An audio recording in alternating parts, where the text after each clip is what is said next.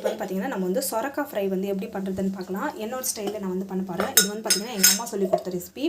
So in case உங்களுக்கு வந்து diabetics இருக்கும்போது ஸோ இது வந்து பார்த்திங்கன்னா நம்மளுக்கு வந்து நல்லா வந்து ஹெல்த்துக்கு வந்து ரொம்ப ரொம்ப நல்லது. இன்கேஸ் கோல்டு காலத்தில் வந்து அதிகமாக எடுத்துக்காதீங்க. இப்போ வெயில் காலம் இல்லையா, இப்போ வந்து ஸோ இப்போ வந்து பார்த்திங்கன்னா நான் வந்து ஆயில் வந்து தேவையான அளவுக்கு ஆயில் வந்து போடுறேன். மேக்ஸிமம் வந்து பார்த்திங்கன்னா ஆயில் வந்து கொஞ்சம் கம்மி பண்ணிக்கிறது ரொம்ப நல்லது. ஸோ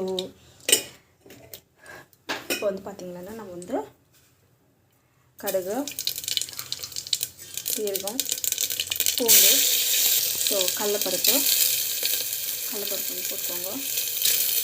ஸோ அது வந்து நல்லா வதங்கட்டும். இந்த ஸ்டேஜில் நம்ம வந்து பார்த்திங்கன்னா நம்ம வந்து கட் பண்ணி வச்ச சொரக்காவை வந்து ஆட் பண்ணிக்கலாம். ஸோ இது வந்து பார்த்திங்கன்னா ரைஸுக்கு, சப்பாத்திக்கு எல்லாமே நல்லாயிருக்கும். நான் வந்து சப்பாத்திக்கு தான் எடுத்துக்கிட்டு இது வந்து பார்த்திங்கன்னா நம்ம வந்து பெருங்காய பொடி வந்து ஆட் பண்ணியிருக்கோம். ஸோ உப்பு வந்து தேவையான அளவுக்கு உப்பு வந்து ஆட் பண்ணிட்டோம். பெருங்காய பொடி, உப்பு எல்லாத்தையும் வந்து ஆட் பண்ணிட்டோம். ஸோ இப்போ வந்து பார்த்திங்கன்னா நல்லா வந்து வதக்கிட்டுக்கோங்க. ஸோ தேவையான அளவுக்கு வந்து பார்த்திங்கன்னா மிளகாத்தூள் வந்து ஆட் பண்ணிக்கோங்க. ஸோ இது வந்து பார்த்திங்கன்னா தண்ணி வந்து விட்டுடலாம். தண்ணி விட்டுட்டு நெக்ஸ்ட் வந்து பார்த்திங்கன்னா நல்லா வந்து கொதிக்கணும். நம்மள வந்து பார்த்திங்கன்னா ஒரு 4 விசில் வர வரைக்கும் நம்ம வந்து அப்படியே வந்து மூடி வச்சிடலாம். ஸோ தட் நம்மளுக்கு வந்து பார்த்திங்கன்னா நல்லாவே ஒரு 3 to 4 விசில் வரட்டும். அப்புறம் வந்து பார்த்திங்கன்னா நம்ம வந்து ஃபைனலாக வந்து பார்த்திங்கன்னா கடலைப்பருப்பு பொடி போட்டுட்டு நம்ம இறக்கிட்டோம்னா சரி போயிடும்.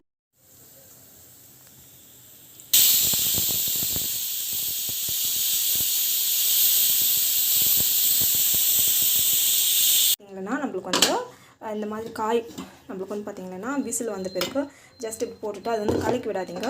அப்படியே வந்து கொஞ்ச நேரம் வந்து கொதிக்கிட்டோம். அது கொதிச்ச பிறகு நம்மளுக்கு ஆட்டோமேட்டிக்காக வந்து பார்த்திங்கன்னா அது வந்து நம்மளுக்கு வந்து பார்த்திங்கன்னா அதுவும் வந்து ஸ்மாஷ் ஆகிடும். ஸோ இப்போ கலக்கி விட்டிங்கன்னா அடி பிடிச்சிடும். அந்த தண்ணியும் வந்து அது டேஸ்ட் வந்து நல்லாயிருக்கும். ஸோ அதுதான் வந்து பார்த்திங்கன்னா இன்கேஸ் நம்ம வந்து ஓப்பன் பண்ண உடனே அந்த தண்ணி சொன்ன பிறகு இது போட்டால் வந்து பார்த்திங்கன்னா அவ்வளோவா டேஸ்ட் இருக்காது. இன்கேஸ் நம்ம போட்ட உடனே இதுக்காண்டி போட்டு மிக்ஸ் பண்ணி விட்டோம்னா அடியில் வந்து அடி பிடிச்சிக்கும். அண்ட் மோரோவர் த டேஸ்ட் வந்து கம்மியாக இருக்கும். அப்படியே வந்து இருக்கும்.